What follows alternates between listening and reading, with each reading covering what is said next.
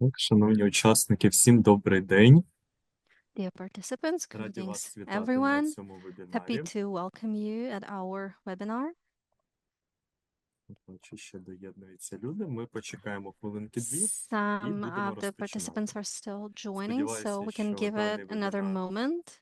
And допоможе вам hopefully this отримати webinar глибші знання will з be цієї теми, helpful to і you, ви will зможете help you безпосередньо dive впроваджувати a ці bit знання у deeper своїй into the професійній topic діяльності. so that you can У нас learn сьогодні some заплановані helpful insights деякі that you can навіть implement практичні in your professional activities. So we will вправи.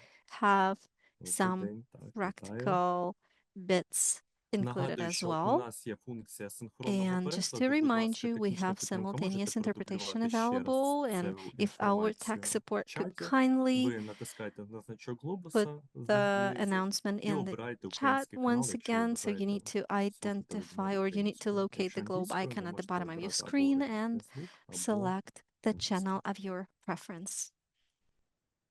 Добрий день.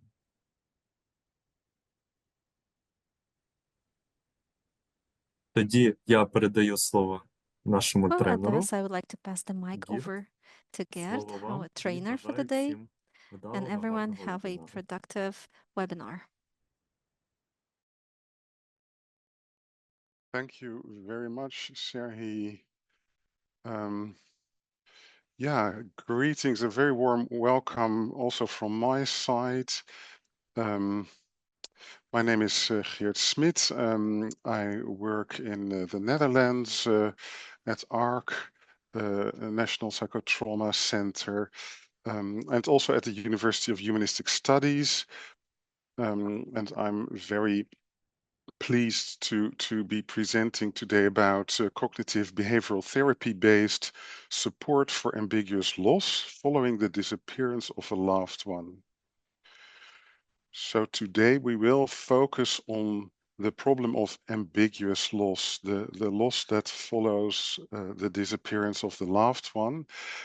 And we will discuss a therapy approach, a cognitive behavioral therapy approach to support people living with missing loved ones.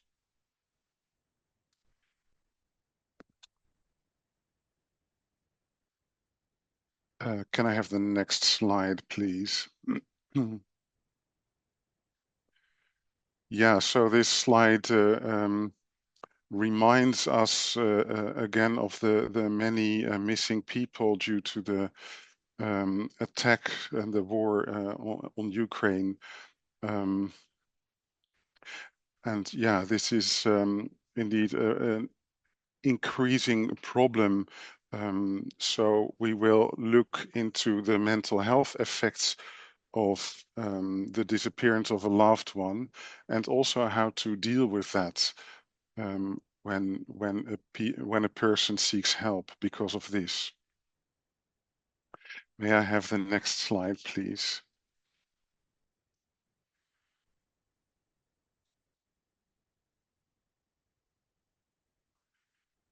So we've been in touch with a couple of people involved in support groups for women whose son disappeared in Ukraine. So yeah, there can be individual support and there can be group support, and those two can be combined as well. And the interventions that we'll be discussing today can be part of both individual and group support. But what we heard from these support groups is that there were some challenges and also some lessons learned. What was very remarkable was that there were many cancellations. So people who attended these groups also tended to cancel sessions regularly. And it's, well, perhaps people swing between emotional states, between, for example, despair and more hopeful emotional states. And perhaps that actually influences also their participation in these group sessions. Another finding of these groups was that it was difficult to keep the right balance between encouraging people to to also pick up their lives again versus exerting too much pressure. So the group facilitators or the therapists found, yeah, that it was hard to keep the right balance. And some lessons that they learned was also what is helpful in times of distress. For example, when there are new attacks or so new emotional distress in the group members. And what the group facilitators found helpful was normalizing those emotional reactions to stress, providing emotional support, so listening, being interested, validating, and indeed normalizing those reactions, and to practice self-help skills. Um, so I thought it was useful to start with this as kind of impression from yeah, what is currently going on and what do the support providers experience when they try to deal with people whose loved one disappeared. In this case, women whose son disappeared due to the war. Okay, that was just as a kind of brief impression, as a kind of introduction. Can I have the next slide, please?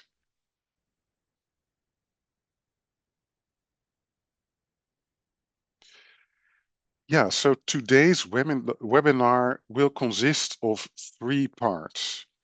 And I'll show you which themes are addressed in these 3 parts. And each of these 3 parts of this webinar involve a breakout session. So during that breakout session, we won't stay together as one big group, but we'll spread into small groups of about 10 attendees, 10 participants. And we'll practice some kind of role play. And for each breakout session, we'll need 3 people that will play specified roles. I will explain this later again, but this is just to give a bit of an overview of how this webinar what it will look like today. So during those role plays, during the breakout sessions, we need one person who will actually act as a support provider. We will need one person who will act as a help seeker. And yeah, then the person who acts as a help seeker may use their own personal experience or also experiences from practice related to, well, the disappearance of a loved one. So either, let's say, your own story or the story of someone you have been dealing with, you have been supporting, helping a person who lost a loved one, whose loved one went missing, I should say.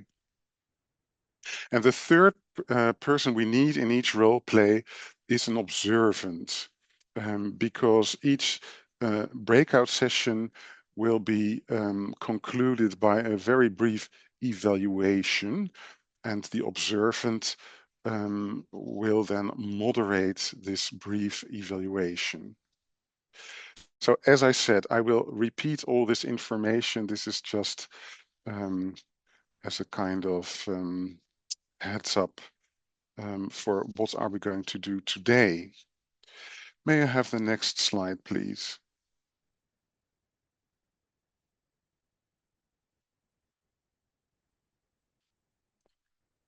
Yeah, so here you see the 3 parts of today's webinar and what they will be dealing with. So part 1 will be about assessment of ambiguous loss and psychoeducation. Part 2 will discuss exposure-based interventions in ambiguous loss. And part 3 will be about several additional interventions, activation and adjusting mastery specifically, and some other interventions.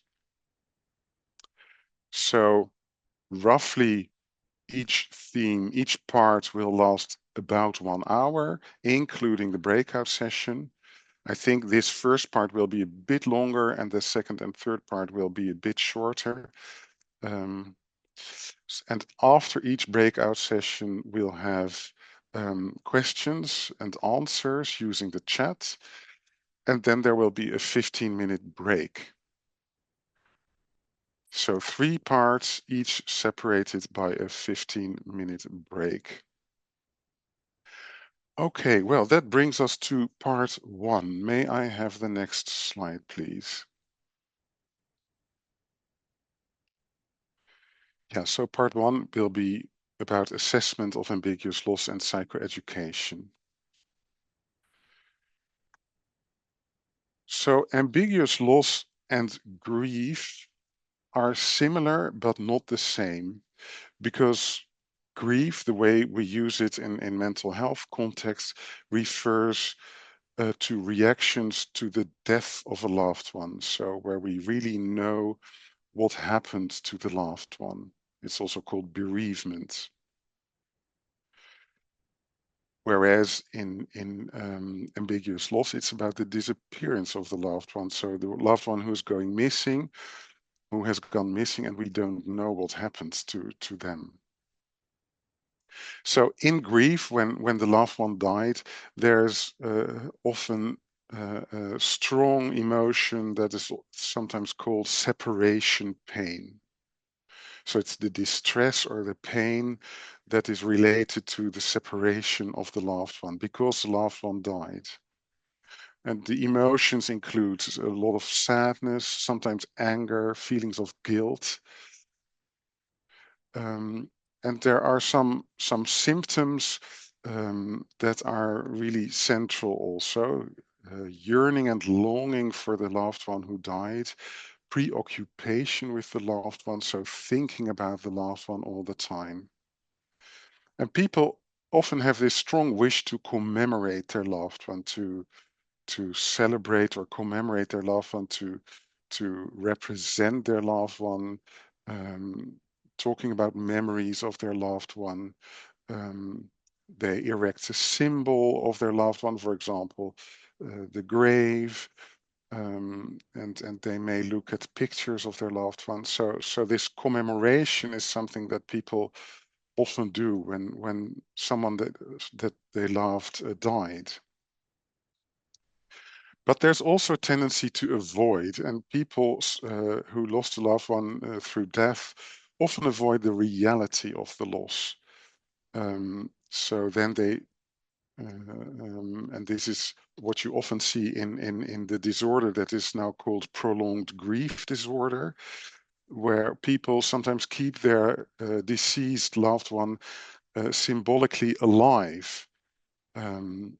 This may even be in a form that people keep on buying presents for their loved one, sometimes even keep on making meals despite the fact that their loved one actually died. So they cook for their loved one who died, for the deceased loved one. So those are sometimes ways in which people try to avoid the reality of the loss of a loved one. May I get the next slide, please? The next slide shows symptoms of prolonged grief or prolonged grief disorder. I will just briefly go through them.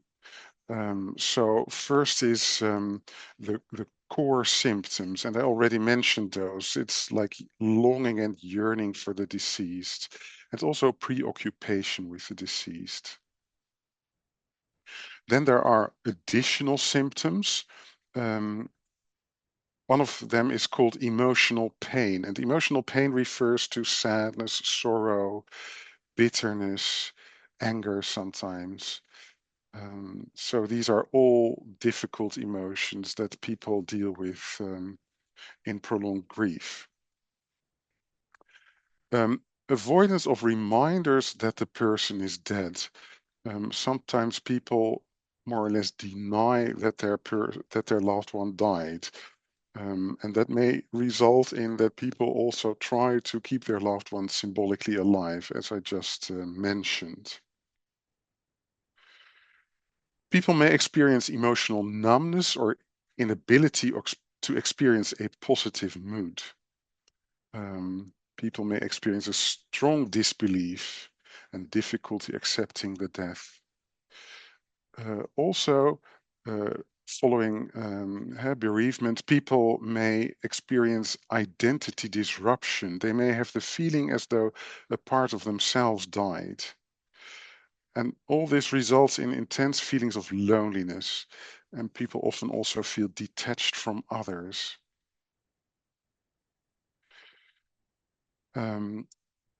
And finally, people have difficulty moving on with life. So people may often withdraw from contacts and activities following the loss of their loved one. And to qualify for a diagnosis of prolonged grief disorder, these symptoms must cause a lot of distress or even impairment in functioning. And these symptoms must have been present during at least 6 months. Or sometimes 12 months, according to which diagnostic system is being used. And finally, also important is that these responses, these grief reactions, in order to qualify for a diagnosis of prolonged grief disorder, they must go beyond cultural norms of grief responses. So it must not fit into the general cultural pattern, the way a person with prolonged grief disorder reacts to the loss of their loved one. May I get the next slide, please?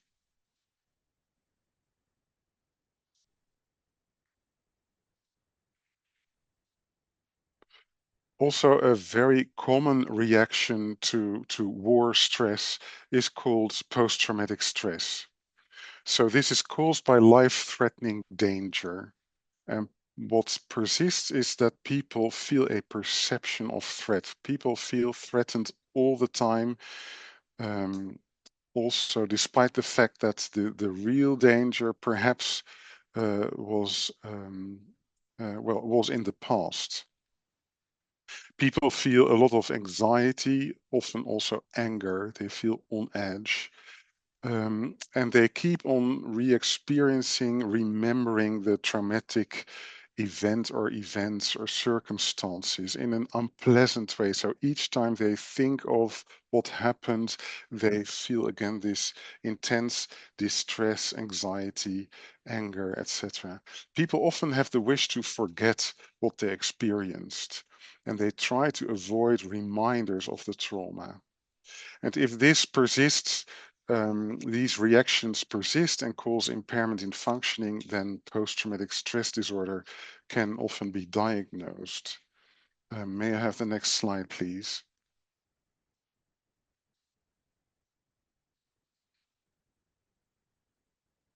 So these are symptoms of post-traumatic stress disorder.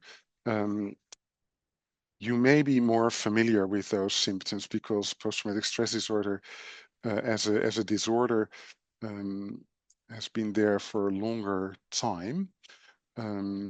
So yeah, the key symptom is these involuntary, these recurrent and intrusive memories that can also come as nightmares or what is called flashbacks or physiological reactions even, such as shaking and trembling.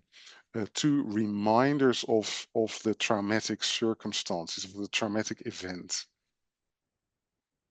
People try to avoid such stimuli, such reminders, by also not talking about what they experienced and not going to places where it happened, or not so always not to really not to have to think back to the traumatic event.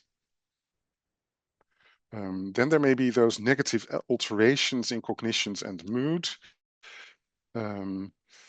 And yeah, so people may have really very negative ideas about themselves. They may feel really guilty. They may feel worthless, but they may also feel the same about other people because they experience such horrible and awful events that leads them to think that way about other persons, which is very understandable. Um, so these are, yeah, people have their view on the world and the view on themselves changes in a negative way, and also their mood is changes in a negative way. People may have diminished interest or participation in significant activities. And last but not least, the fourth cluster of post-traumatic stress reactions is alterations in arousal and reactivity. People may be really irritable or even aggressive. They may be reckless or self-destructive, so like self-mutilation or engage in drug abuse. Um, People may be on edge, so really alert, hyper vigilant, that is also called. Um, People may be have this exaggerated startle, so be startled easily and very intensely, and they may have problems sleeping. Well, so these are all common reactions in war situations because many people, soldiers but also civilians, experience traumatic events in war times. Um, and these may include the loss of a loved one, and these may also include a loved one going missing. So that brings us to the next slide, which is about ambiguous loss. So in ambiguous loss, the causal stressor is the disappearance of a loved one. And the reaction that persists is uncertainty, not knowing what happened to the loved one. People may confused, may feel very sad and desperate, and they have this longing for being reconnected to their loved one. So finding their loved one actually, and they hopefully alive. So people have this urge to search and to find answers to what happened to their loved one. And people may avoid in different ways, both through hope and despair. We'll get back to this. But yeah, the situation is obviously very difficult to deal with.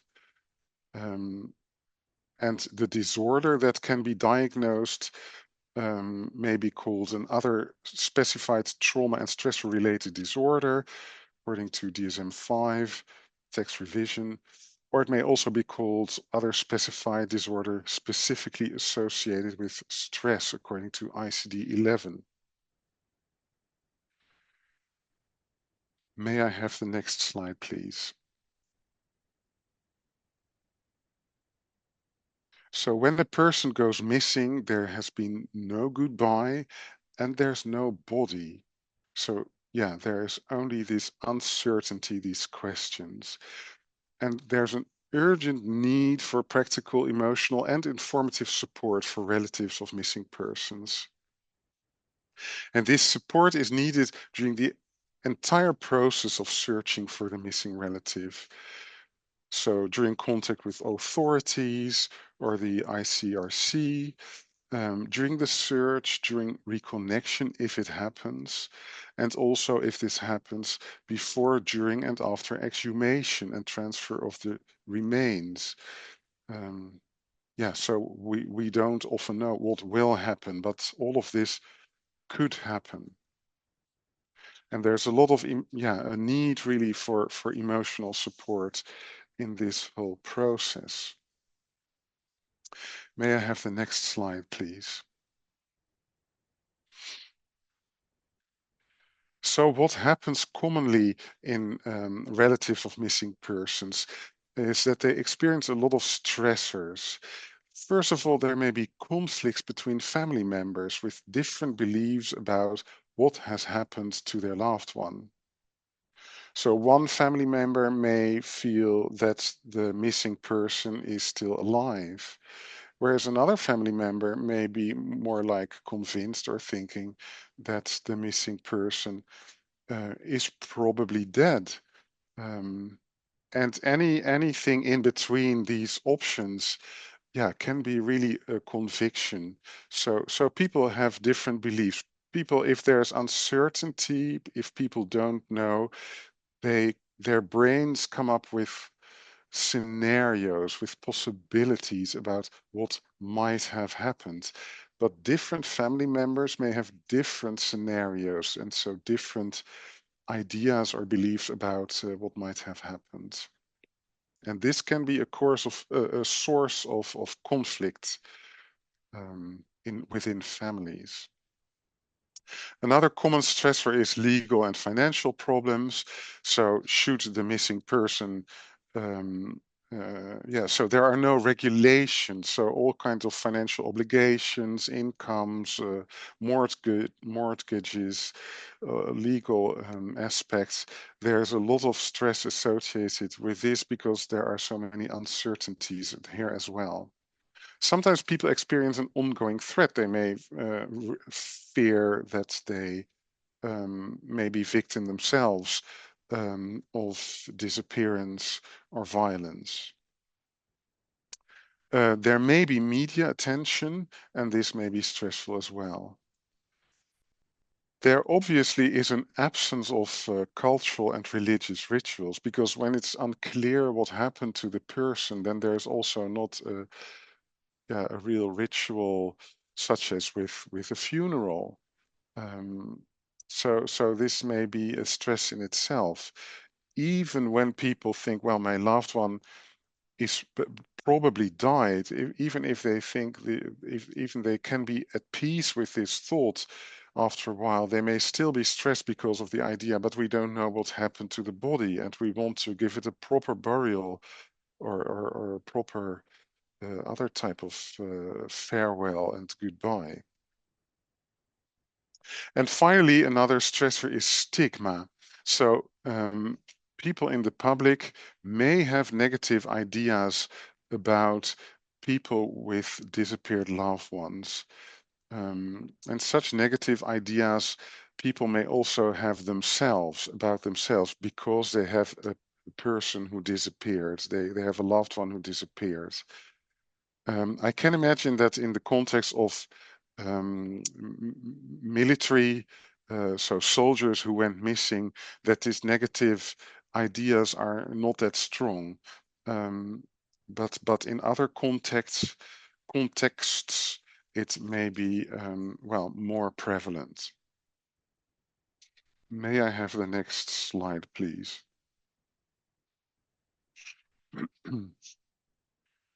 So many people hold on to hope that the loved one will return alive. May I have the next slide, please?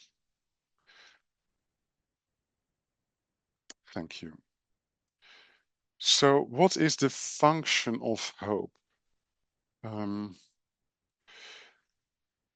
We as support providers have a very positive idea about hope. And also within religions, hope is often viewed as a really helpful, positive element. But in the context of missing persons, hope may also have a different function. It may actually be a strategy to avoid emotions associated with the thought that the separation may be permanent. So really hoping that the loved one will return alive is of course a way of avoiding grief associated with the thought that the loved one may have died. And paradoxically, having strong hopes of the loved one returning alive is associated with elevated distress. That is at least what Carina Heeke found in a study in Colombia. And there are other indications for this as well. So we might think as support providers, we might think, well, it's good that people really hope because they will be less distressed. But that is not what this study found. This study found people are actually more distressed if they have this really strong hope that their loved one will return alive. And I think one explanation for that is that people, if they have this very strong idea of their loved one being alive somewhere, that they also have this very strong feeling like I must do something, I must act, I must help my loved one because they may be alive. My loved one may be alive somewhere and perhaps in horrible circumstances. So I think that to some extent makes it understandable why the hope for returning alive is not just beneficial, but also actually sometimes associated with elevated distress. On the other hand, what is also known that if people feel pressured to, for example, give up searching their loved one, that this has counterproductive effects. So this has actually happened. This probably still happens. There can be care providers or therapists, mental health providers who who actually try to say, well, isn't it the most likely that your loved one actually died? Perhaps you should not devote so much time to searching. Perhaps you should try to symbolically say goodbye to your loved one. Well, and this has counterproductive effects. People feel misunderstood, they feel not helped, and they will probably not return to this therapist. So this hope is something I think a support provider should remain neutral towards hope. It should respect hope. It should certainly not discourage hope, but it should also not fuel hope. So a support provider should not say, well, just keep on hoping. That's the best thing you can do. Because what studies found is that really hoping very much actually is associated with elevated distress. So I think a support provider, yeah, needs to be, let's say, neutral towards hope, not fueling hope, not discouraging either. May I have the next slide, please? In the past years, Hannah Comtesse, whom you see here on the picture, and I have been working on a measure to assess the impacts of ambiguous loss. And this measure, the ALI Plus, Ambiguous Loss Inventory Plus, is freely available, freely downloadable in 9 languages, including Ukrainian. And if you use the QR code here, you get directly to this site where you can download the ALI Plus for free. So you may use it in practice as you like it. I will explain a bit about this instrument. May I have the next slide, please?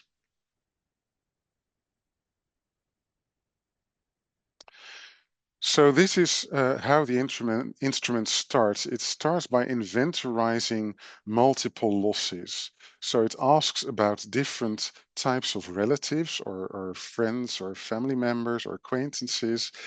And then it asks, well, are they alive or are they deceased or did they disappear?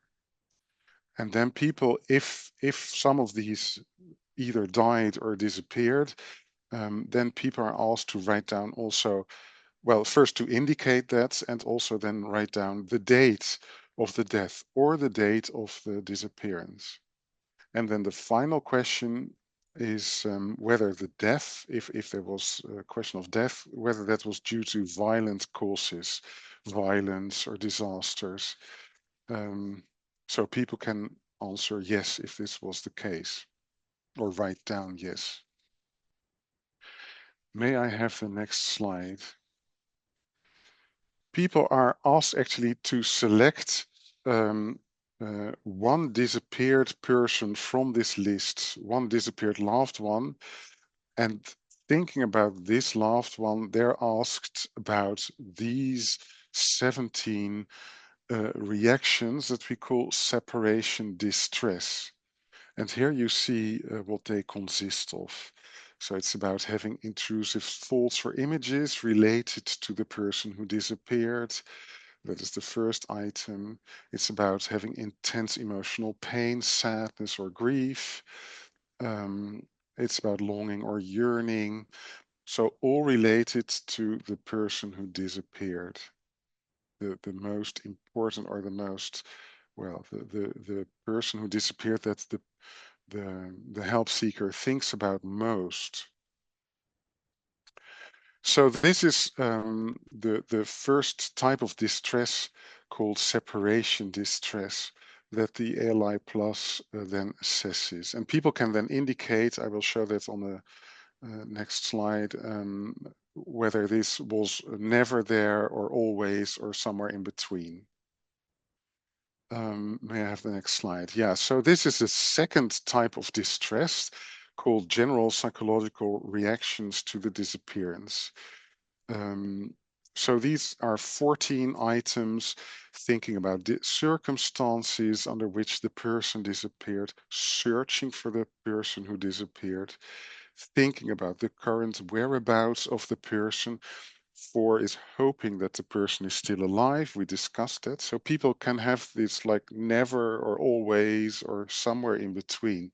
So that hope can really, and I think it's always an important question to ask simply, like, how strong is your hope that the person who disappeared, your loved one, that the person is still alive? Well, the feeling that one can only move on if one knows what happened to the disappeared person is a common feeling. Disagreements with others, we discussed that, disagreements with family members, for example, on how to deal with the disappearance or what happened to the person who disappeared, the urge to help the person, etc. May I have the next slide, please?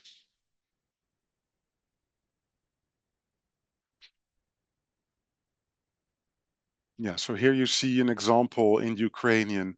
This is about the separation distress, and you see how this looks. These are only the first 10 items of the 17 items in all. May I have the next slide, please? That brings us to, indeed, the second part, the general psychological distress.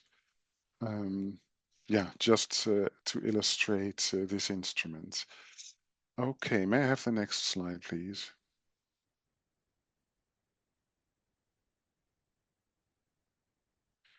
So this brings me to cognitive behavioral therapy-based support for ambiguous loss. And it's abbreviated to CBT-AL. May I have the next slide? At the start of developing this intervention, we identified several empirically supported interventions in ambiguous loss.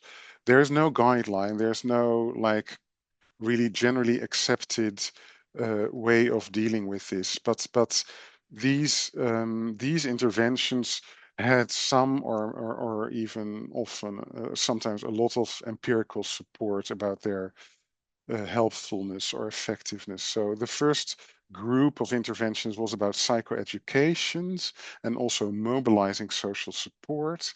The second group of intervention was about exposure, asking questions about the story of the loss and the missing person, encouraging emotional release.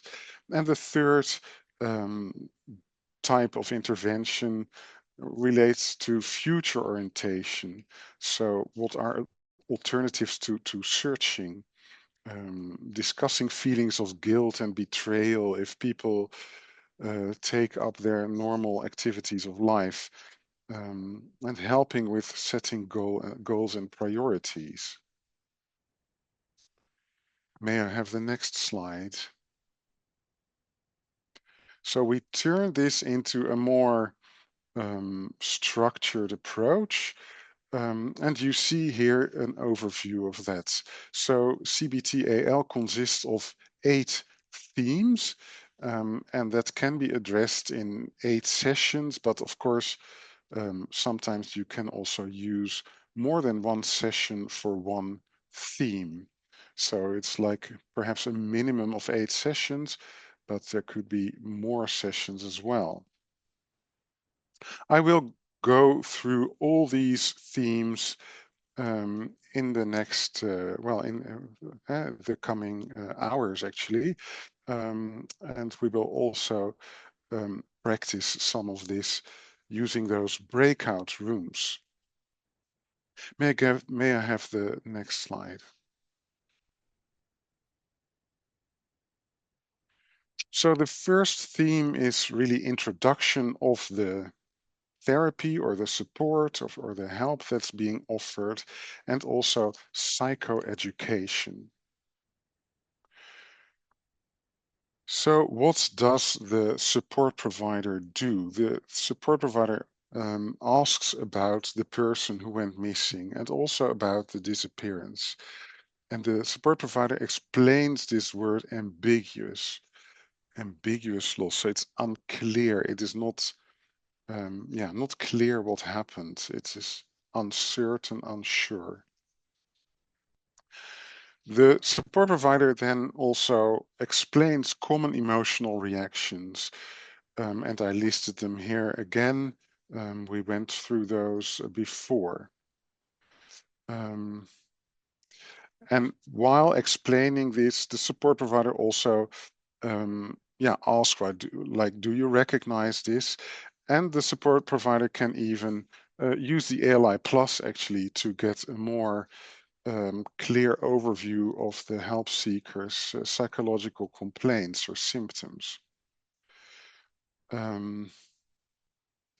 It is also helpful during the first session to encourage the person to bring a family member or friend to the next meeting, because it is helpful if there is social support available. So not only the support provider or the therapist, but also other people, so perhaps a family member or friend. May I have the next slide about the first theme still?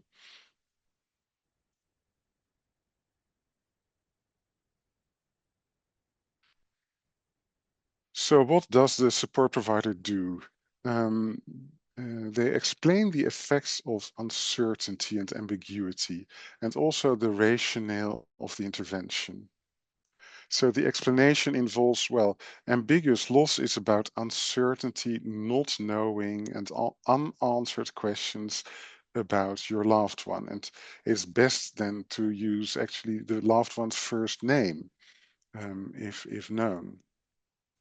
Or so good to ask also, what's the first name of your missing loved one, and then to use that name. An ambiguous loss often causes people to move back and forth between hope and despair. So hope for a possible return, and despair at the thought that the loved one will never return, or that the loved one will be found dead. So in ambiguous loss, there's no closure, no answers. That makes it difficult to let go or to move on with life. So the rationale, our meetings, is then learning to deal with the uncertainty or the ambiguity of the situation.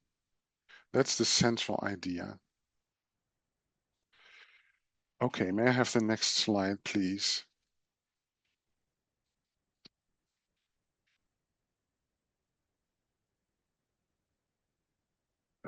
So we are now moving towards the first breakout session. Yeah, the groups will be about perhaps 10 attendees. Probably you don't know each other, but it is important that there are 3 attendees who are willing to pick up one of these roles. So one attendee acts as a help seeker, and they can use either their own lived experience, so their personal experience, or experience based on a case, so on a case that they've been dealing with as a support provider. So that's the help seeker's role. Then there's one attendee who acts as a support provider. And then the idea is that the support provider explains and also inquires. So does this psychoeducation for about 15 minutes. And then a third attendee within the breakout session acts as an observant. And during the last 5 minutes of the breakout session, leads the evaluation. I will explain first of all to the support provider what they could do, and then also to the observant how to evaluate the breakout session during those last 5 minutes. May I have the next slide, please?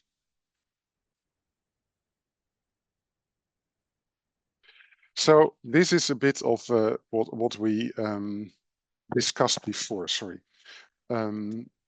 about practicing psychoeducation. So this is for the attendee who will act as a support provider.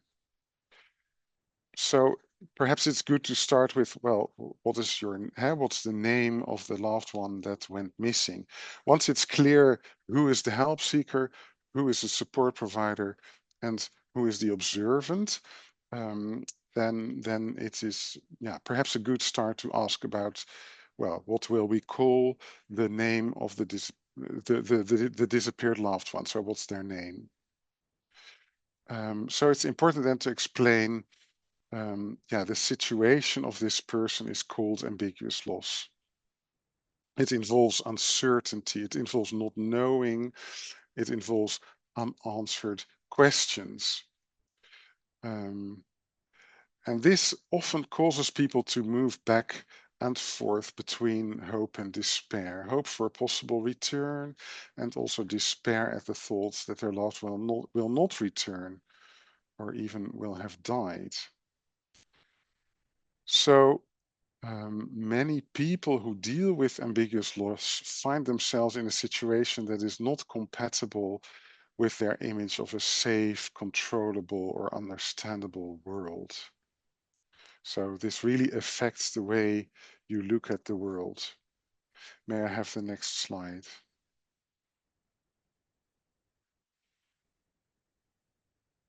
Yeah, so because ambiguous loss is so disruptive and leads to so many unanswerable questions, the brain continues to work overtime to make sense of the loss, thinking about possible causes of the disappearance, where the loved one might be, how they may be doing, and if the loved one will ever return.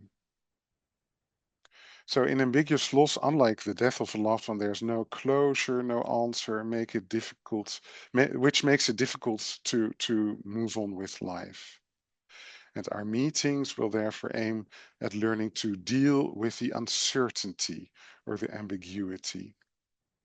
So this is, what the support provider more or less could explain to the help seeker, of course, in their own words. And so may I have the next slide, please? Now this is for the observant. So I hope in each breakout room there will be one volunteer who will act as an observant and will assist in evaluating the breakout session. So this observant then asks the attendees who have been acting as a help seeker and a support provider What did you find helpful or useful? What did you learn? And also, what challenges, questions, or issues did you encounter? And then the idea is that the observant chooses one learning, one challenge or question or issue. So just one of the above, and writes it down.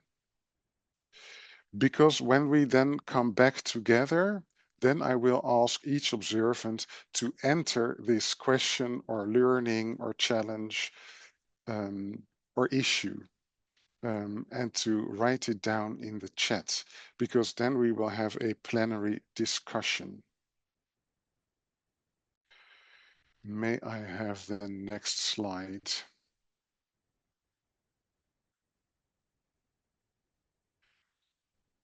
Yeah, so this is the moment where we could start doing the breakout session. Perhaps if there's anything really unclear, if there are urgent questions,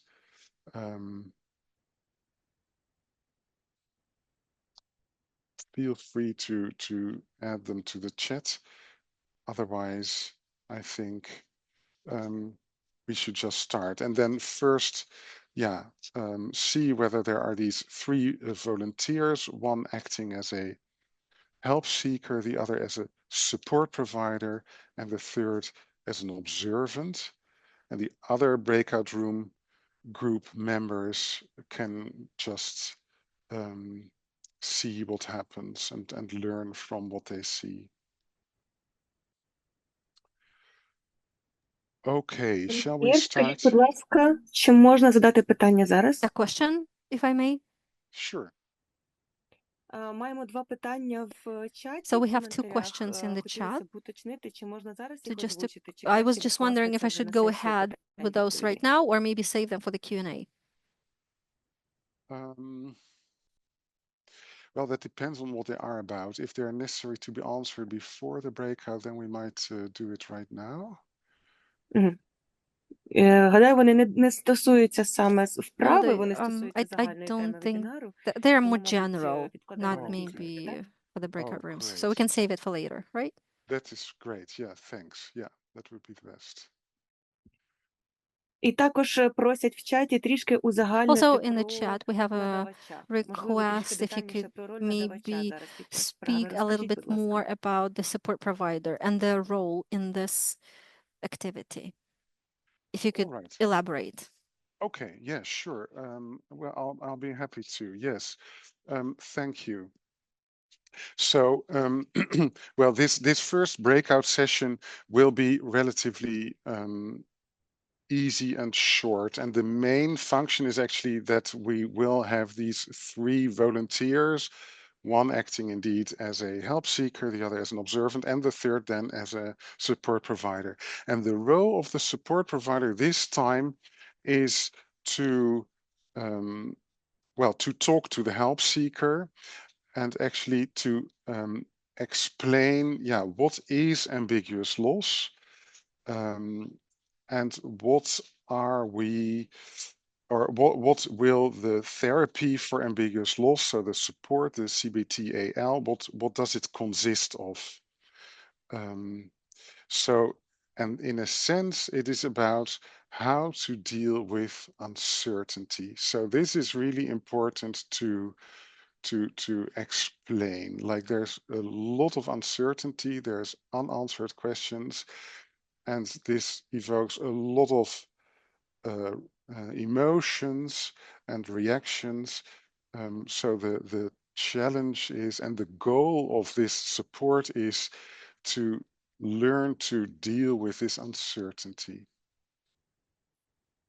So if you explain it like that, I think you did it would be good. And anything else that you might also explain, for example, about, well, hope for return versus despair at the thought that the loved one died. That is also good perhaps to explain, and then to ask, well, how is that for you? Are you hoping very much that your loved one will return alive, or do you mostly feel despair at the thought that your loved one will never return or will be found dead. This is something to explain and also to explore already a little bit. This I think would be the essential task for the support provider during this breakout session. And when the support provider is ready, let's say after 10 to 15 minutes, then the observant can ask their question to both the support provider and the help seeker. Like, what was helpful? What did you learn? What issues did you encounter? Or what questions did you get? So it's just to practice and to get a feeling for how this works. Is that enough of an answer? Yeah. Гадаю, так. Yes, I believe so. Thank you. Okay. Thank you. Well, so as for me, we can start the breakout sessions, and I look forward to seeing you again in, let's say, 15 to 20 minutes from now, because then we'll have the plenary session again, and then we will have our first break.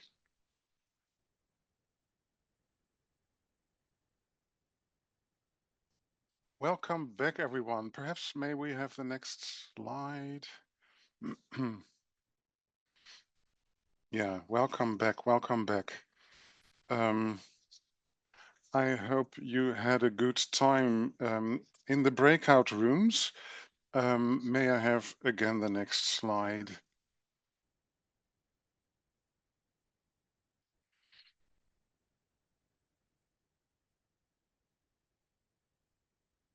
So yeah, this brings us to the plenary discussion. So my request for the observance would be that you select one of the learnings or challenges or questions or issues that were discussed in your breakout room session, and that you put it in the chat so that we can start discussing that. And I remember there were also 2 questions before in the chat. We may even start with those ones already. After this plenary discussion, which I don't know how long it will exactly take, perhaps 5, perhaps 10 minutes, we'll have a quarter of an hour break. But I'm of course looking forward to your comments in the chat.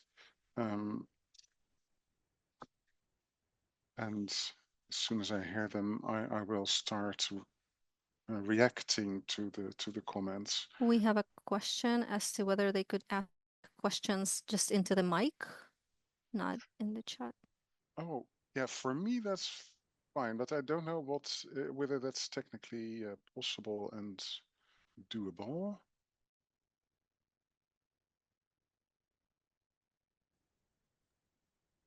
Perhaps Serhi, could Шановні you... учасники, ви можете по одному піднімати руку і включати ваш мікрофон для запитань. Yes, you can raise your hand one by one and ask questions into the mic.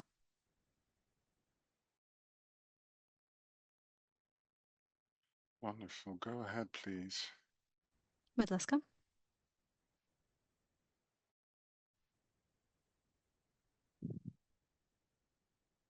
Добрий день. Greetings. А мою мову хтось буде перекладати, так? I hope I'm being interpreted. Так, звісно.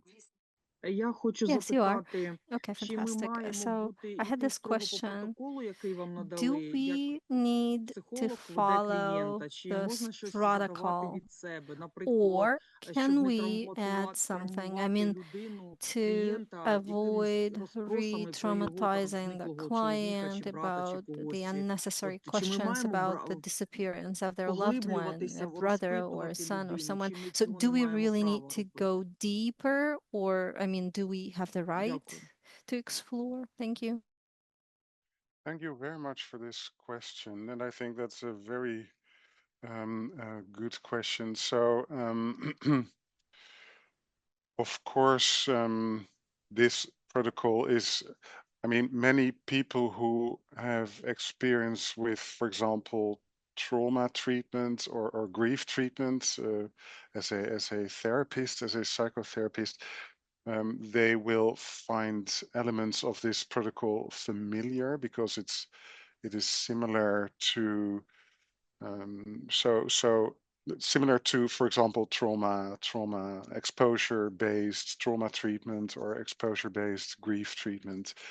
And the word exposure is actually about this being explicit, about this being, so that the therapist does not avoid, let's say, painful questions or painful topics, that the therapist does not try just to talk about nice things, so to say, but that the therapist actually really explores, like, what happens, what are your worries, what are your concerns, what are your feelings, what's helpful to you.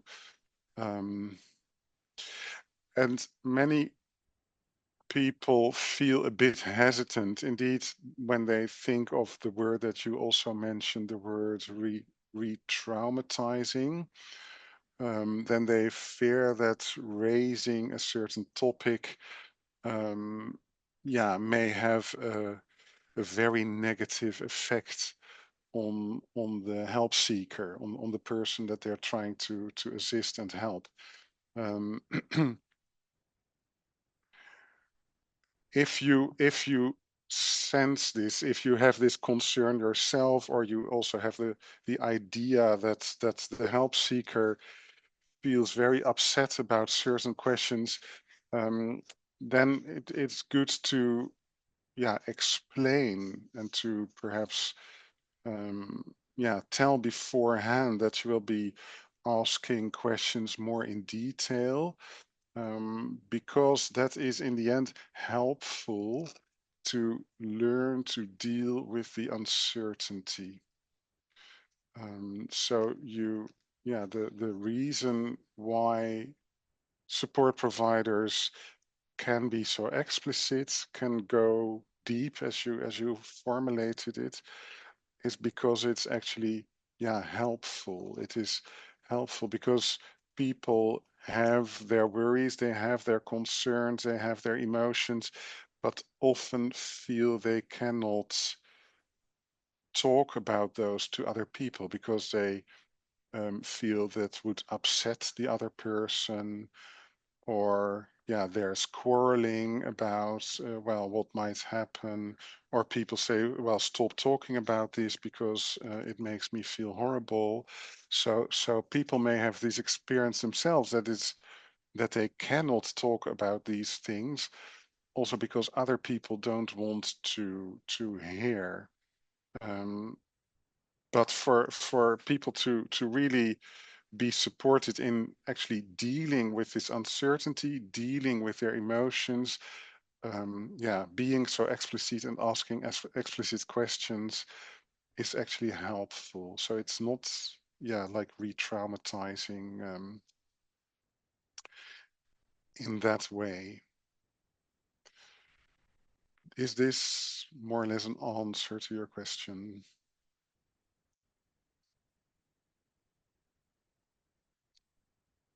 If so,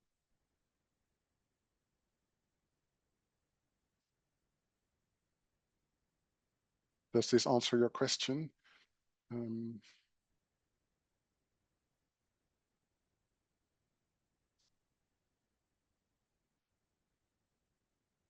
I see more questions coming up, so perhaps then we can move on.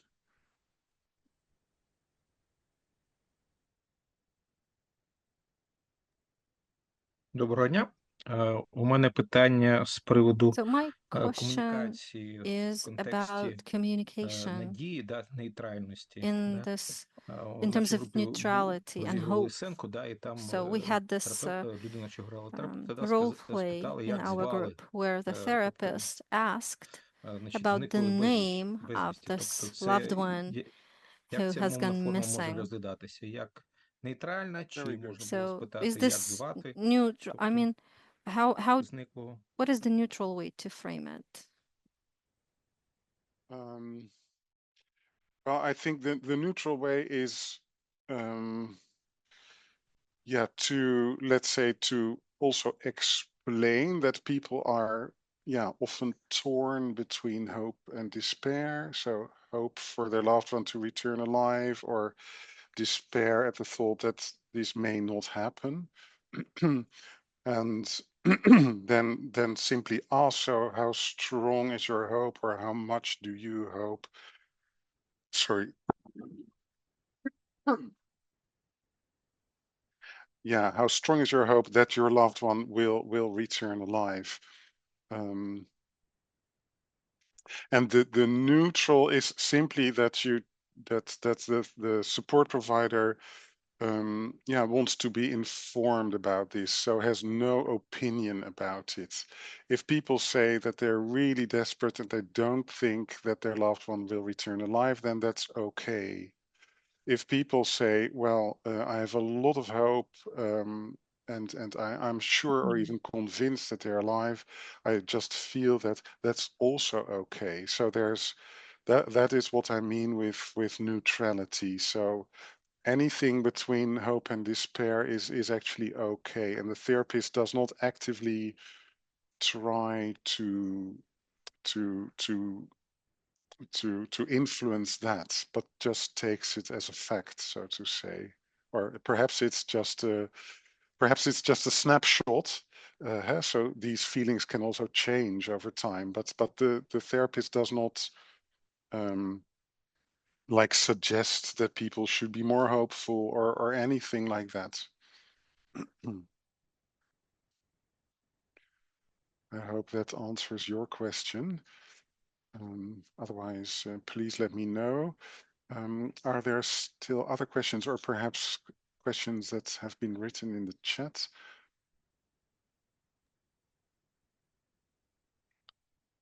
Так, колеги, якщо немає більше бажаючих задати Well, питання голосу, unless we тоді я, have можливо, any other озвучу questions деякі into the питання, які mic, поставлені в чаті, I should probably і go попрошу over їх what we перекласти. have in the Перше chat питання. for the interpreter Чому to важливо interpret. So називати question one, саме на ім'я? why is it Наголошено, що саме important на ім'я. to Якщо говорити брат, address the чоловік, missing person сестра, by друг, name? чи це матиме менше значення I mean, if we або say вплив? your husband, your friend, or your sister, will that be any less significant? Oh, thank you very much. So the question is why mention the name and not just say like your husband or sister or friend who went missing. Using the name makes it more, yeah, let's say personal. It brings it a little bit closer. So if the aim of the support provider is to be close to a person's feelings and emotions and worries and concerns, then it is actually just helpful to use the person's name. But this, of course, if this is not, let's say, culturally appropriate, so if it is really unusual to use a person's first name when you don't know the person, then of course it is better to use the culturally appropriate way to address this person who's not there in the therapy room, but whom you're then talking about. So it does depend on the, let's say, the cultural context and the cultural traditions and cultural appropriateness. But if it's okay to use a person's first name, then this brings that person a bit closer to the conversation. So it makes also the conversation then more natural. So those are the reasons. Дякую дуже. Тут, до речі, до імені Thank you so також є much. один By the way, коментар we have another в чаті, comment що, in the можливо, chat аби не закладати в regarding the питання щодо name. імені So минулий час, Тобто maybe словом we звали shouldn't можна use казати, яке past ім'я вашої tense, близької людини, сина чи not брата. what was Тобто the в name of теперішньому your loved часі, не one, but what конкретизуючи, is their name. не I mean, роблячи акцент на without минулому. really Також маємо ще focusing on the питання, таке past. досить комплексне. So this was Від the comment from the chat. учасниці, And як also we have another розподіляти question, присутність терапевта та клієнта quite у comprehensive, сесії? as to how Бо на початку do you сесії distribute this на presence of the початку сесії clients можуть and the бути дуже therapist. емоційними зі I mean, сторони клієнта. І at чи the beginning бажано, of аби the session, the терапевт більше client could be наголошував quite на emotional. психоедукаційну частину? So do we really І need to також, як focus on the завершувати сесії щодо psychoeducation part невизначеної more? втрати? And also, how do we wrap up the sessions on ambiguous loss? All right. Thank you for these lovely comments and questions. So first was about past tense or present tense when referring to the person who went missing. I agree. I think present tense is fine, is even better. So what is the name of the person who went missing rather than what was the name? Because the therapist should not, or the support provider should not in any way suggest like that they think that the loved one is no longer alive, because that is really up to the help seeker what they feel about this and think about this, and not up to the support provider. Then the question about how to distribute, let's say, attention to strong emotions, and psychoeducation, and how to wrap up the session. Well, I think strong emotions are really the most helpful parts of any therapy. So therapy is ultimately focused on emotions. So if the help seeker really feels free to express their emotions, yeah, that is really good. So I always take a lot of time for those emotions, because the idea is that it is actually helpful when people can experience that when they take time for their feelings, for their sadness, for their sorrow, that it may grow a bit less, or at least that they have this experience like, well, my sadness does not consume me, does not really make me mad, or so, because many people actually also fear their own intense emotions. So that's the reason why I always try to take enough, so really much time for intense emotions. So if people cry, that is fine, and I just let them cry. I wait, or I say, well, I see you miss your loved one a lot. I even don't always really offer like a handkerchief or anything. I sometimes wait, or I mean, tissues maybe on the table so people can serve themselves. But when I really start to offer them, then people might feel, okay, now it's time to stop crying. Now I should be talking.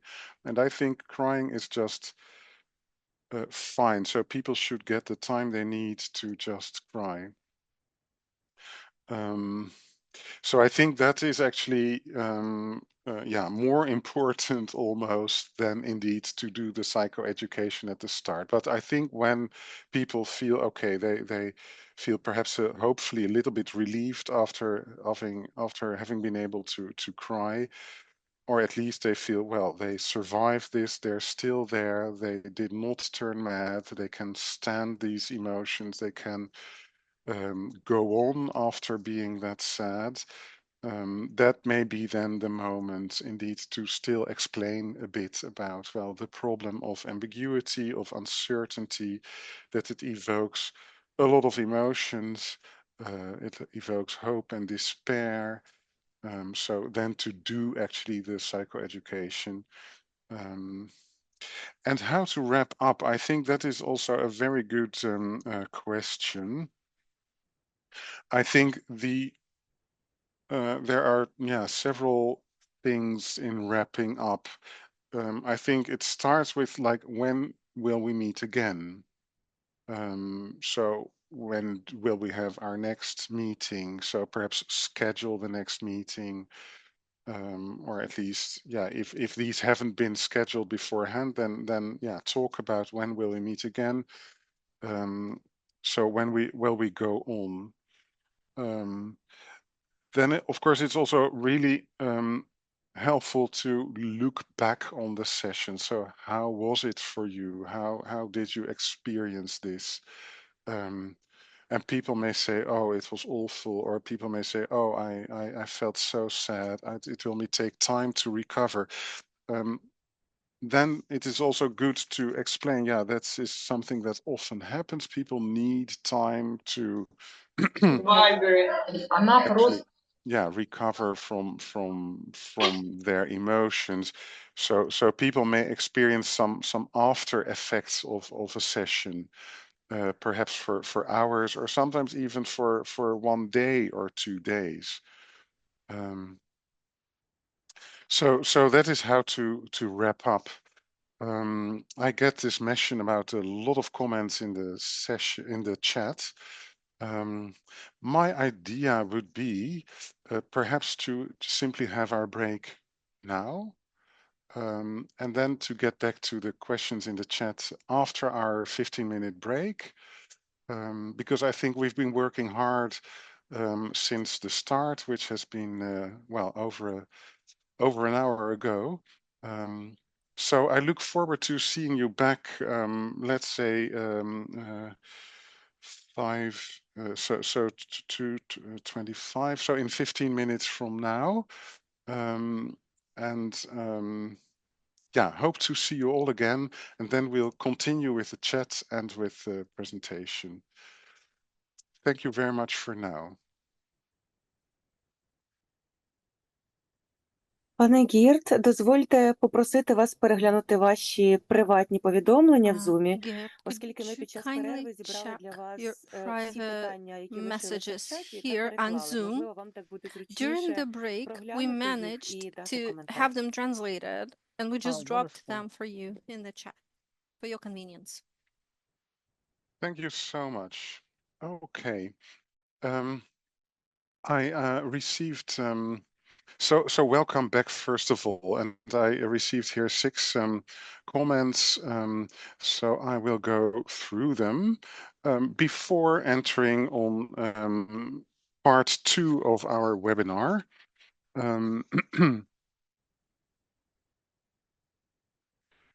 So question is, can a nurse work with a person experiencing ambiguous loss, or would it be better to recommend seeing a psychotherapist to help without causing harm? Well, I think that really depends on, let's say, the experience of this nurse and the education. Yeah, I think they're really different. People from different disciplines and backgrounds can actually provide support. So I don't think it's absolutely necessary to involve a psychotherapist. Of course, it depends also a bit on, let's say, the severity of the issues that people have. So that would be my answer. It is difficult for a therapist to face this uncertainty alone, as they want either to keep hope alive or to address loss. I do agree, and I think that's a very important observation.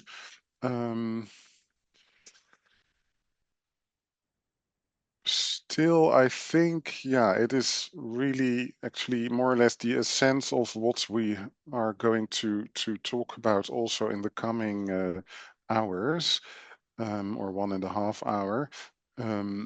So I mean, it depends also. So if the help seeker is actually more or less convinced that their loved one died, then it's good to address loss. If the person has really these hopes, then it is about how to manage uncertainty. So how to deal with the urge also to search, how to balance the care for the person who went missing and the searching with your other duties. So that is all a part of this approach, this protocol. Losses vary. For example, pets left behind during the occupation. This hurts many people. I see. Yeah. So grief can include the grief for pets whom were left behind or who died, perhaps too. I agree. It is important to have a strong educational base for psychologists, knowledge of protocols. Oh, yes, I agree. That is really helpful. And of course, once you have been through several protocols, you also discover that sometimes these protocols are written from the same rationale. The therapist must be more stable than the client, especially in case of uncertain loss. You as a specialist are constantly walking on thin ice. Um, yeah, well, I think I agree with that. And what I always find helpful in, let's say, managing my own emotions is, yeah, that I'm really focused on and also interested in, like, how does a person really deal with their situation? So I'm not so much thinking about how would I deal with this if it happened to me, but more like how does this person react and what is helpful there and what may need or what may help the person to get to deal with this. Um, Observer's conclusion. So the client, it's difficult for him to let go of the pain of loss. It's important to hear that it's normal to feel this way. The client was grateful that the provider named his emotions. The client wanted more information about sources for searching for missing person. Oh, that's very helpful comment. I think that's very common. So it's also important that support providers actually are aware, for example, of the ICRC and their role in trying to reconnect missing persons with their loved ones. Then there's an observation about the provider. It is difficult for him to work emotionally with an undefined loss. It's not easy to explain the emotions that a person is feeling. I can imagine. As an observer, I saw that each psychotherapist tries to work with a specific technique and is reluctant to combine different ones. Well, I can imagine, and that is, yeah, that's I think also why we are now also practicing this a little bit to, well, get a feeling for combining specific interventions. Another observation, for me as a specialist, it was the real story rather than the role that was challenging. Therefore, I listened empathically without following any algorithm. Well, that sounds as a very good approach. I think, yeah, if you're able to listen empathically, that's often the best thing a support provider can do. Of course, as therapists, we are also used to listening, so it can be helpful to, like, yeah, to be conscious of sometimes really explaining also. So really educating things, explaining things. Yeah, so in addition to this empathic listening, which is, I think, the core, to also provide explanations or to educate people. And then the final observation was the challenges vary depending on the duration of the uncertain loss. I can imagine. So if this is only very short duration, then of course you have a different situation than from a long-term missing person. Thank you so much for all these observations. And all these comments, I think, yeah, that's really deepens our understanding of what we are talking about. So thank you once again. That brings me then to part 2. Can I have the next slide, please?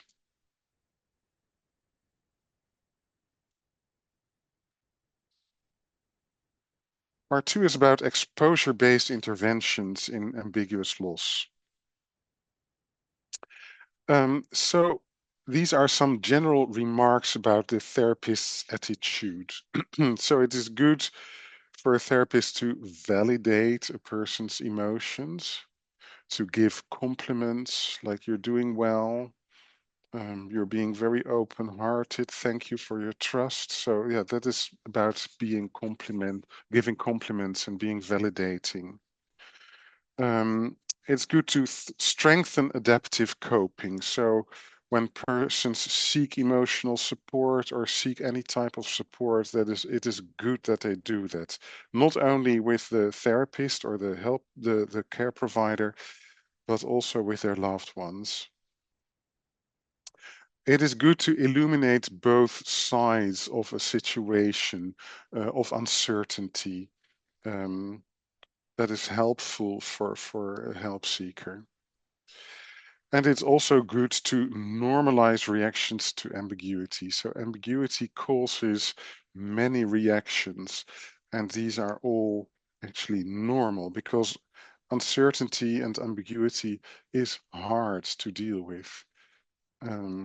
Yeah, we as human beings don't like it. May I have the next slide, please? And then some things the therapist better could not do, cannot do. So don't pressure for closure. Don't suggest like, why don't you stop searching? And also don't really fuel hope. Don't tell people like you should always keep up hope. It is your moral duty to keep up hope, because this may actually also increase a person's distress. So that is what I meant with being more or less neutral towards the hope. May I have the next slide, please? So the goals of CBT for ambiguous loss is dealing with uncertainty and ambiguity. It's about making sense of the disappearance, understanding it, dealing with emotional pain, promoting helpful thoughts. It is about strengthening social support. Another goal is reviewing the relationship with the missing person. So spending time on this relationship. What makes this relationship so special and so well, so good, so important. Making realistic plans for the future is also a goal. And improving daily functioning is a final goal of CBT for ambiguous loss. That brings us to the next slide. May I have the next slide, please? So the second theme, there are 8 themes of this approach, and we're now with the second theme. It's about providing and receiving social support. So actually, the therapist encourages to bring a family member or a friend to the session. And then to explain that there are often different opinions about the whereabouts and also about the fate of a missing loved one, and that this is normal. It is, yeah, the emotional reactions and also that they are different between people, that is also normal. It is good when there's a family member or friend coming in to also ask their perception of how the help seeker is dealing with the missing loved one. So how do you feel, yeah, they are handling this? What are your ideas about this? when providing or when having the friend or family member, it is also good to motivate the help seeker to balance care for the family or for daily functioning with the search for the missing person. It's about reaching a good balance. And yeah, you can then discuss how the therapy aims to support this. And at the end of this, let's say, second session, you can actually give a homework as a writing assignment. So ask the help seeker to write down what they did in order to find their loved one. So whom did they contact and what did this bring? So this could be a writing assignment, a kind of homework. Of course, this can also be simply discussed. But if you have the opportunity to or if the help seeker has the opportunity to write things down, then that can be very helpful as well. May I have the next slide, please?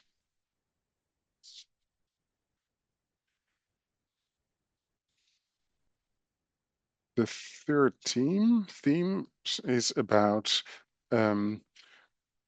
general exposure. So what does the support provider do? The support provider asks questions about the disappearance and also about the missing person. Like, yeah, who is he? What makes that you love this person so much? What is special and nice about this person? What makes that you miss the person so much? Of course, such questions can also evoke emotions.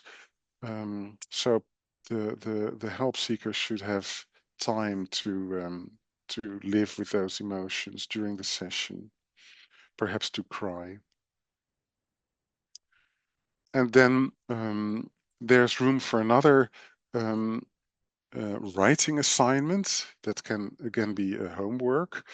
Writing about the relationship with the missing person. So what before the person went missing, what did you do together? What did you like about the person? And what do you miss now? What do you miss most now that the person went missing? This is similar to grief therapy, but it is the difference is, yeah, that you talk about the person who went missing, and not about, for example, the person who died.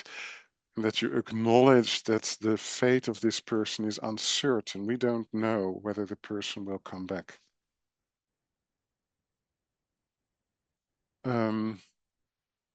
So the aim of general exposure, so talking about the relationship to the person who went missing, is to tolerate the ambiguity surrounding the disappearance, so the uncertainty. And so when people experienced these feelings of missing their loved one, it enables them to realize that they actually can stand this painful ambiguity, so that it is not like when I realize that my loved one went missing, it will turn me mad, but it's more like, oh sorry, could we have the next slide, please? I can actually stand the emotions that are associated with this uncertainty and ambiguity.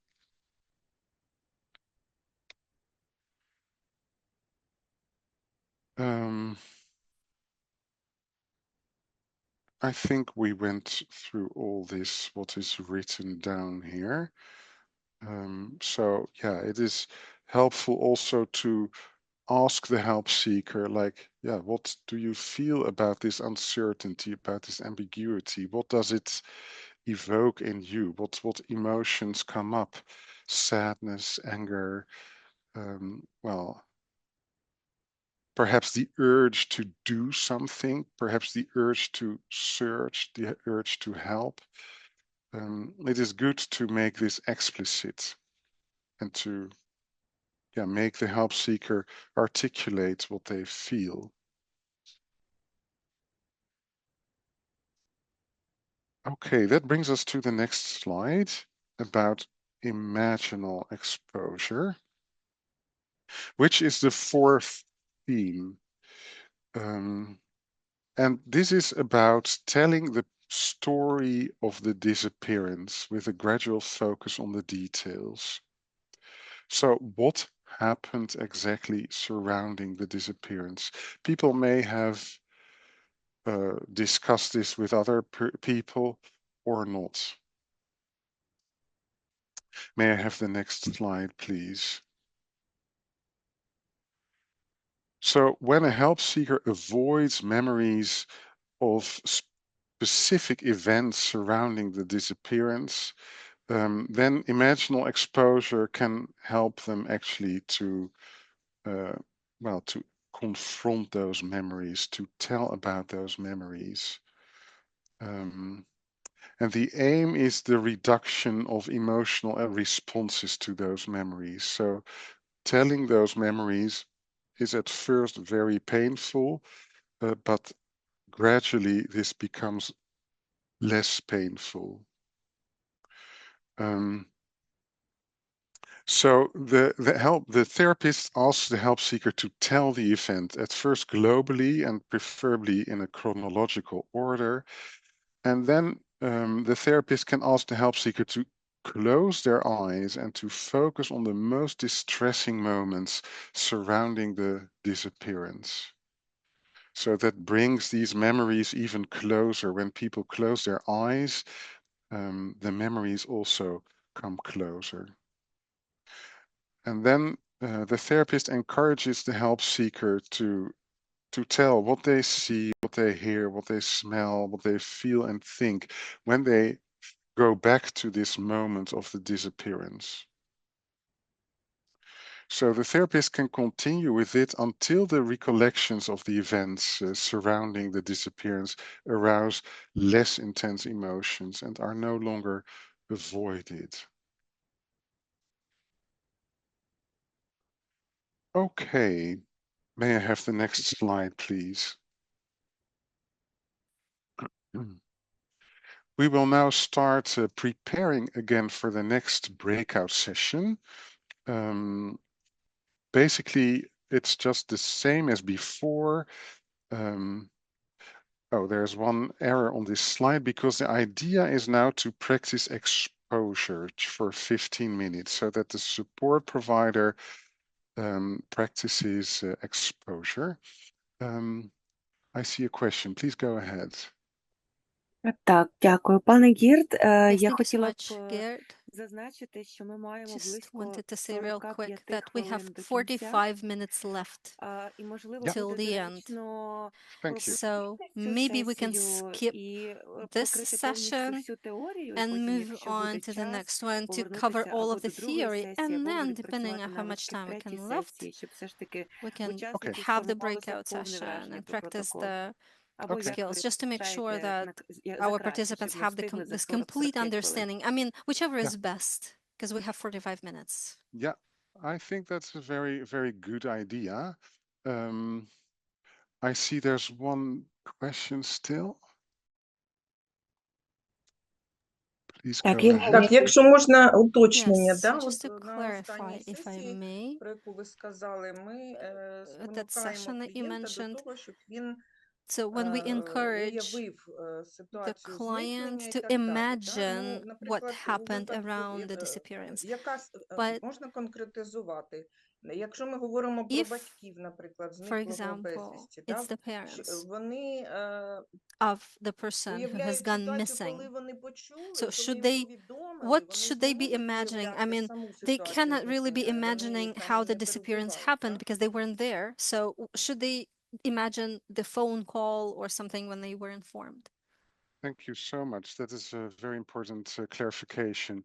It is actually about indeed the way they learned about their loved one who went missing. So it's indeed, it can be about the phone call. It can also be about information that they got afterwards. So people sometimes learn more about what happened surrounding the disappearance later on. So that can be included in this story. So indeed, it is not about like fantasizing, unless people say, "Well, it just happened. I know nothing about what happened." Then you can ask as a therapist for like, do you have ideas what might have happened? Do you have certain fantasies or imaginations? So yeah, if people don't know anything, they will of course think. They will find scenarios like things that may have happened, and it may be helpful for them to share, because sometimes these scenarios are also very painful. But it is important then that the therapist accepts the story as a, yeah, as for what it is. So the therapist should not tell what perhaps other people would do, like, oh, you need not think this because, well, perhaps it wasn't that bad. Um, it is more about, well, this may be what happened. So it is helpful when people can express their concerns and their fears and their so even if this story of the disappearance is largely unknown, then it is helpful to ask, well, do people have ideas about what might have happened? Because sometimes these are also sources of distress. Okay, I think we'll just indeed, for time's sake, move on with the next slide, and then perhaps, yeah. So may I have the next slide, please?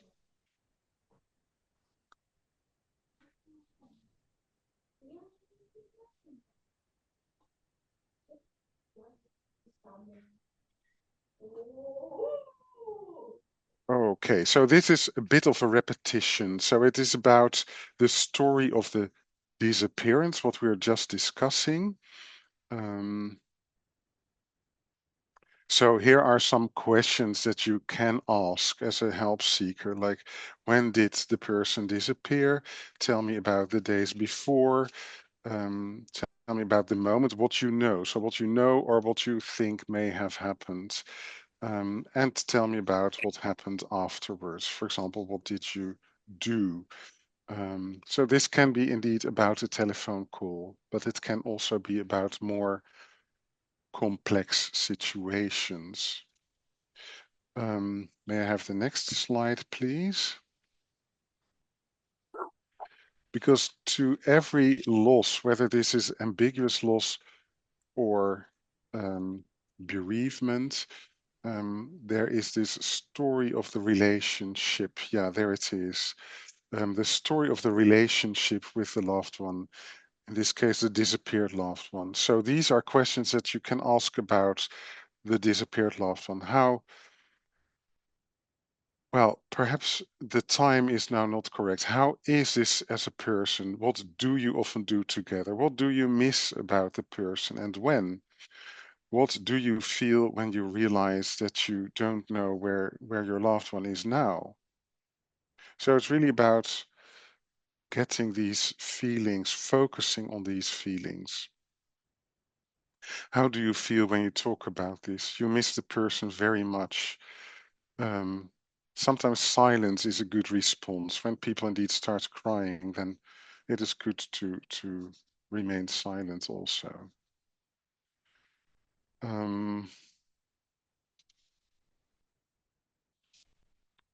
Let me see. Yeah, we have 1 hour left.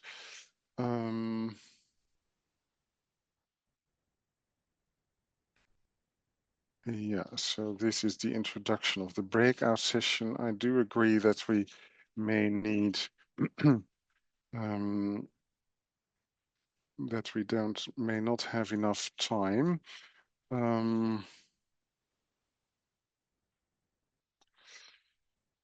Well, I think let's move on to the next exactly.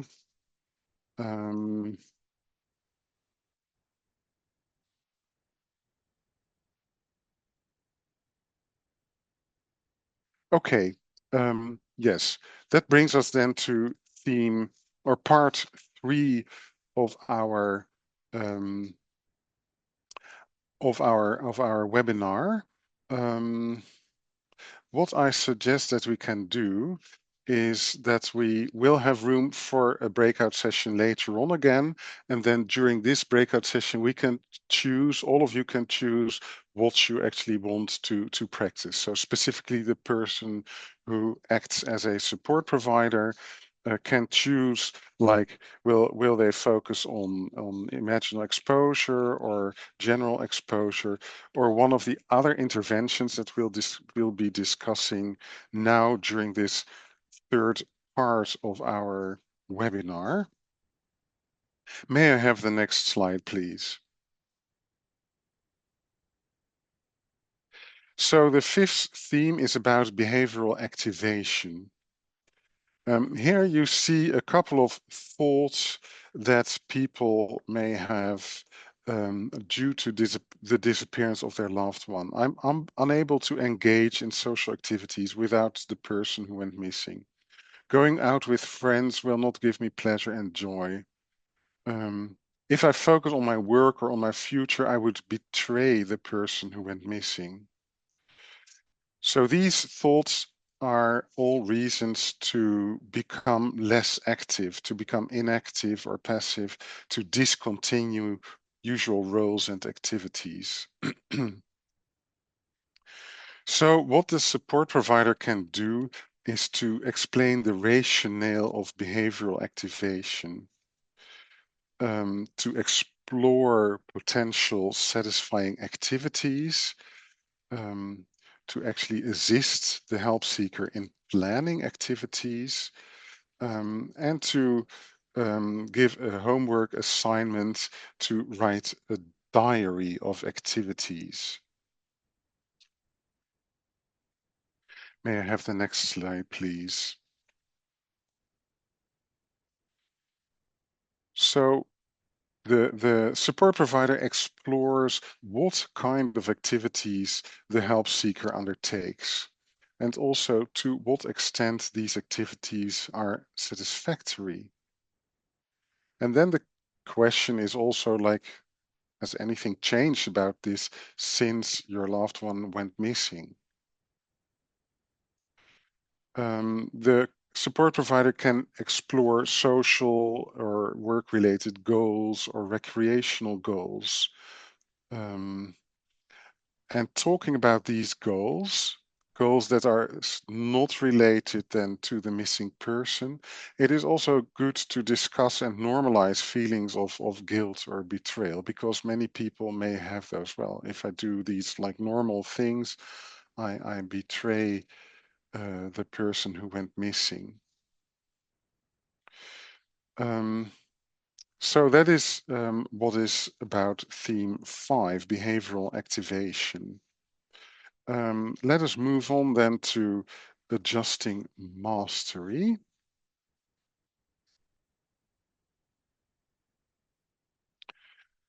That is the next slide, please. Yeah. Mastery is a concept coined by an American professor who actually also named this loss ambiguous loss. She's called Boss, Pauline Boss. And mastery is the ability to have control over one's life, to manage one's life. And people can have two beliefs, two extreme beliefs or something in between, reflecting their sense of mastery. One is I can control everything. That is a high sense of mastery. And the other is I have no control at all. That reflects a low sense of mastery. And to explore a person's sense of mastery, you can ask them questions like, which problems in life can you solve? Which problems have you solved in the past? In what way have you solved them? How have you solved them? Over which areas in your life do you have control? Are there areas in your life that might be uncontrollable? How does that make you feel? And has that changed since the disappearance? May I have the next slide, please? So ambiguous loss implies an actual loss of control. So people who experienced their loved one going missing, they have this experience of no control. This uncertainty, this ambiguity is really an example of, feeling a loss of control. May I have the next slide, please?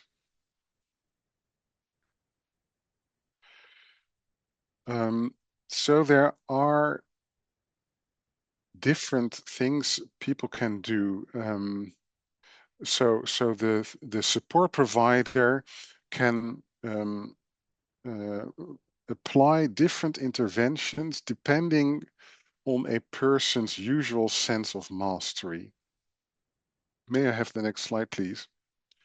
So in people with a strong sense of mastery, people who feel they normally can control everything, their reaction to the ambiguity will be like stress. They will find it really, really stressful because they are used to being in control and they experience this loss of control. And the aim of adjusting mastery is then to decrease actually the high sense of mastery, to assist in tolerating uncertainty or ambiguity. So what can a support provider do? They can recognize unhelpful thoughts such as self-blame or even intense anger. They can suggest mindfulness techniques if you're aware of those. Mindfulness consists of observing your own emotions, for example, your anger or your sadness or your fear, and actually waiting for it to pass by again. So being aware of your emotions without really acting upon them. Radical acceptance is also like, well, things I cannot control, things I cannot change. I will need to live with them. That is a kind of radical acceptance.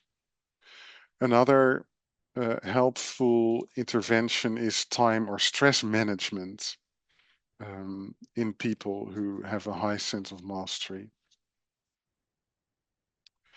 For people who have actually a low sense of mastery, they will feel helpless or even paralyzed because of the ambiguous loss. And then the aim of the support provider is to increase their sense of mastery to overcome immobility and helplessness. Also here, mindfulness can be a useful technique, but also activation that we discussed before can be helpful. So to help people realize like, well, I can make plans, I can set goals, I can identify what is really valuable to me, values in my life.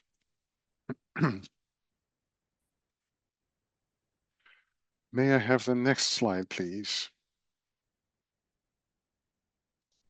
So this is again an explanation of the breakout session. So the idea here on the slide is that the support provider practices activation or adjusting mastery. And since we skipped the previous breakout session, the support provider can also choose to practice exposure. So there are really many options to choose from. And again, there's the question that there's one attendee in the breakout room who acts as an observant and who leads then the evaluation. During the last 5 minutes of the breakout session, I think we'll have ample time, so that is great. Okay, I will briefly repeat activation. May I have the next slide, please?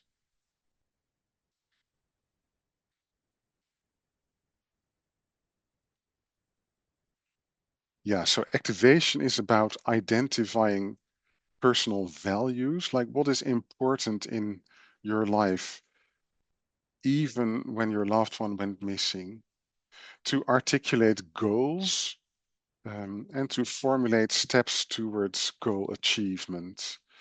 And activation also consists of planning specific actions, like, well, what are you going then to do? When are you going to do that? May I have the next slide? The next slide is again about adjusting mastery. It's also, I repeat what I just said before about mastery. It is about exploring a sense of mastery and practicing strategies to adjust mastery. So exploring this sense of mastery can be done using these questions, like which problems in life can you solve? Which problems have you been solving in the past? In what way did you solve those problems? Over which areas in your life do you have control? And are there areas in your life that may be uncontrollable, including the ambiguous loss? How does this make you feel? And has this changed since the disappearance? And practicing strategies to adjust mastery. Yeah, so either assist in tolerating this ambiguity or uncertainty, or to assist in overcoming immobility and helplessness.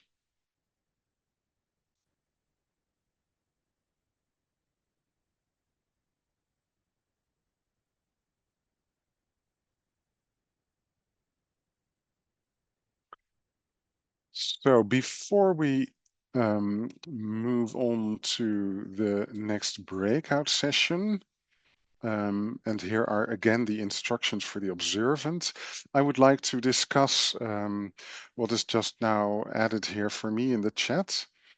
Some comments and questions, which I think are great and really valuable. So if we give homework to a client, how do we discuss these tasks in the next session? The answer is yes, indeed. So get back to it. How was that? Did you succeed? And perhaps, yeah, have writing assignments read aloud.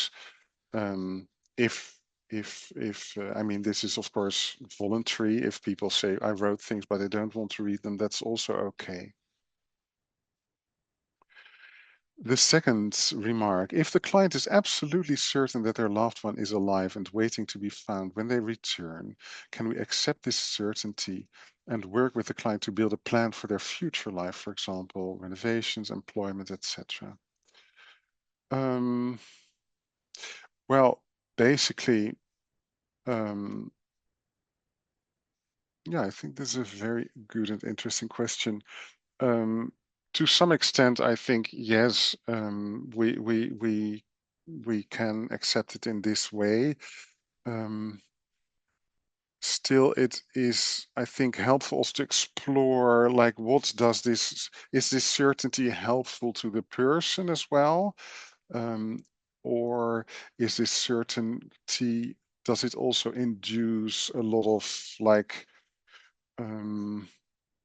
yeah, stress related to the idea that one needs to do something? But if this works just fine, then I think this is okay to proceed in that way. If a specialist invites social support to one of the sessions. Does the specialist talk to each person separately or together? Yes, together indeed. If together, when asked how the person is coping with the situation, could the support person respond in a way that would not be supportive to the client? For example, my sister grieves too much and has given up on life, which I don't think is normal. Well, yes, this does happen indeed. And I think it is good that this then is expressed, because I think this can be one of the sources for indeed quarrels within families. Like, yeah, people don't understand the way the other person reacts to the disappearance. So this is good when this comes into the session and the therapist then can explain, like, yeah, this happens very often. So like, normalize and validate this. People have often different opinions about how to react to this situation. Disappearance is an extreme situation. It is a very hard situation to deal with. But I think then, yeah, so it's good to make explicit that people can have different opinions, and that the culprit actually is the ambiguity. So the cause of the problem is the fact that we don't know what happened to the person who went missing. So the uncertainty is the cause also for well, different opinions about what's normal, etc., and how to react. Okay, and then there's a comment, it's the word satisfaction that often acts as a trigger because it's about guilt, betrayal, and so on.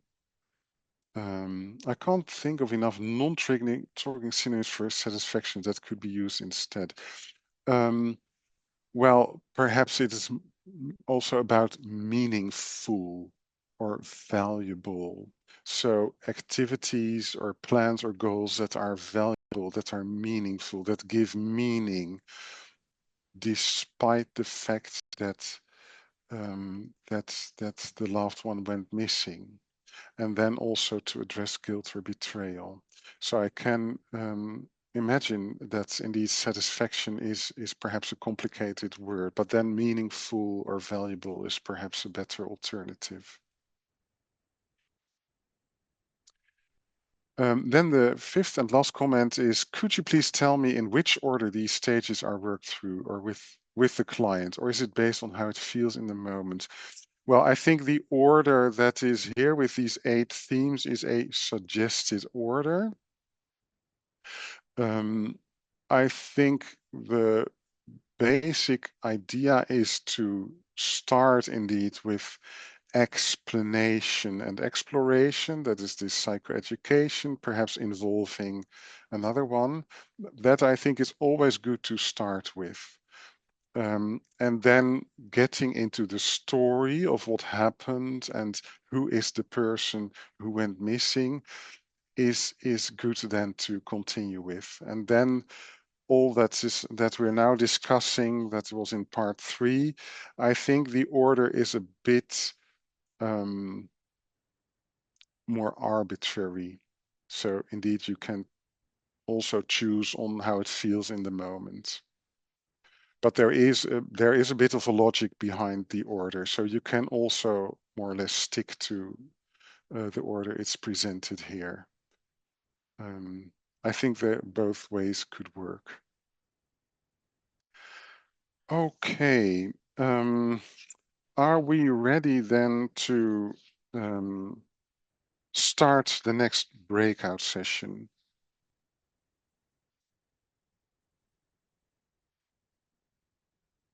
Гадаю, так.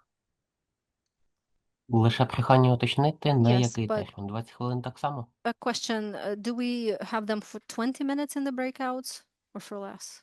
That is, I think, okay for 20 minutes, because we'll then still have about half an hour for discussing questions and comments.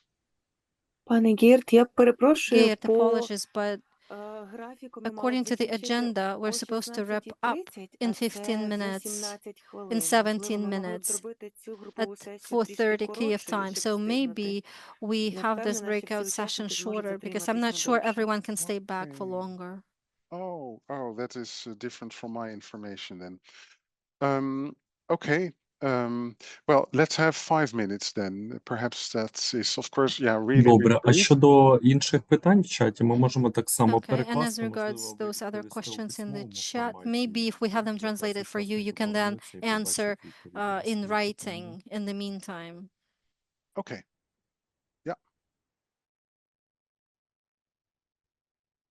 Welcome back. May I have the next slide, please?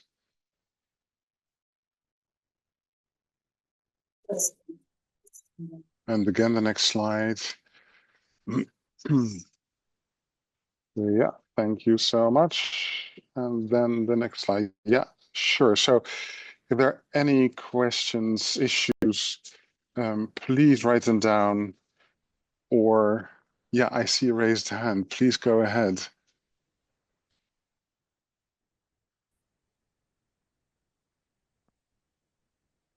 I think you're still muted. Пані Валентина, ваш звук включіть.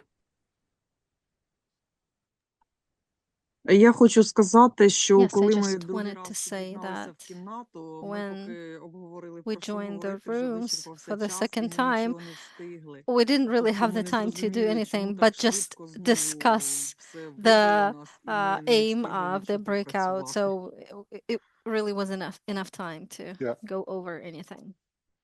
Yeah, thank you for that. I can imagine. Yeah, so there was a bit of a misunderstanding of how much time we actually have. So I'm sorry for that confusion.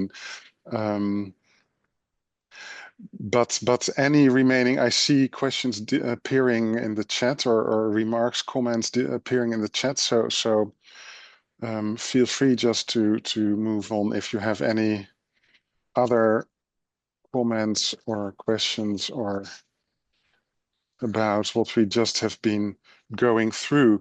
I have still a couple of slides remaining, actually just 4. So perhaps we can go to these. Are there questions that can be still translated or discussed now? What is best to do?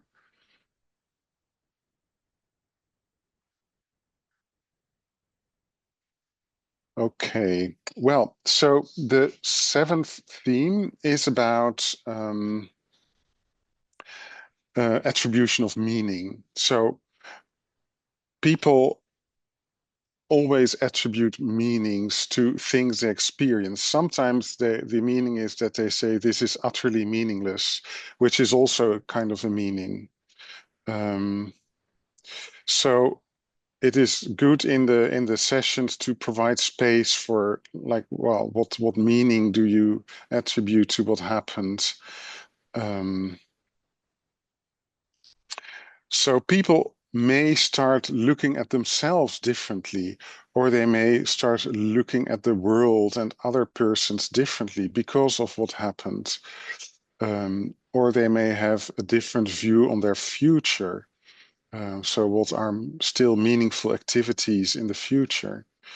And they may also have different perceptions of the relationship with the missing loved one. So these domains of meaning can all be discussed during this session. It is even possible to invite the help seeker to plan a ritual of remembrance. So this is not a farewell or a closure ritual, but perhaps some sort of remembering the person, or a place to remember the person who went missing. That can be then also a homework assignment. If the person feels like that is a useful thing to do, then that is also a useful homework assignment. May I have the next slide, please?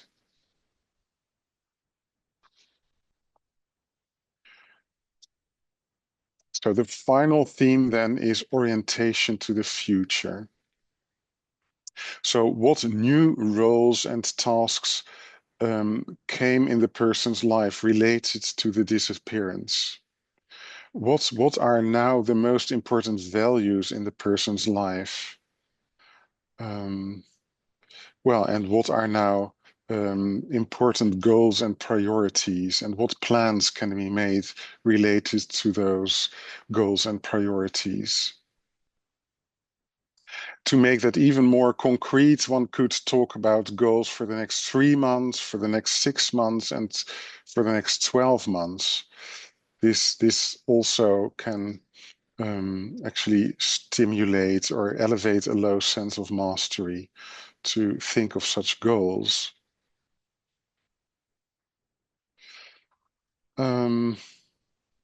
May I have the next slide, please? Concluding remarks. So there's an urgent need for practical, emotional, and informative support for relatives of missing persons. Ambiguous loss occurs when the whereabouts and the fate of a loved one are unknown. It's sometimes summarized as leaving without goodbye. Assessment of ambiguous loss is supported by the ALI Plus, and the interventions we've been discussing, CBT for ambiguous loss, uses evidence-informed CBT and meaning-oriented interventions to support relatives of missing persons with ambiguous loss. It consists of about 8 sessions, and translations of the protocol are freely available. So that's, can I get the final slide, please? Gives us still a couple of minutes to perhaps discuss the last comments, because there are, I think, some comments in the chat that I cannot read. Perhaps they can be... Oh, here, thank you. Are there significant differences in working with ambiguous loss for military and civilians? Or is the process itself essentially the same with only contextual differences? Thank you. Oh, what a great question that is. I would say the process is essentially the same. And indeed, the contextual difference is that I think, yeah, military people, it is helpful if you work with people from the military, that you're really familiar with military culture, with the ranks and everything that's involved. But I would call that indeed contextual. Thank you for this remark. And I see a hand. Please go ahead.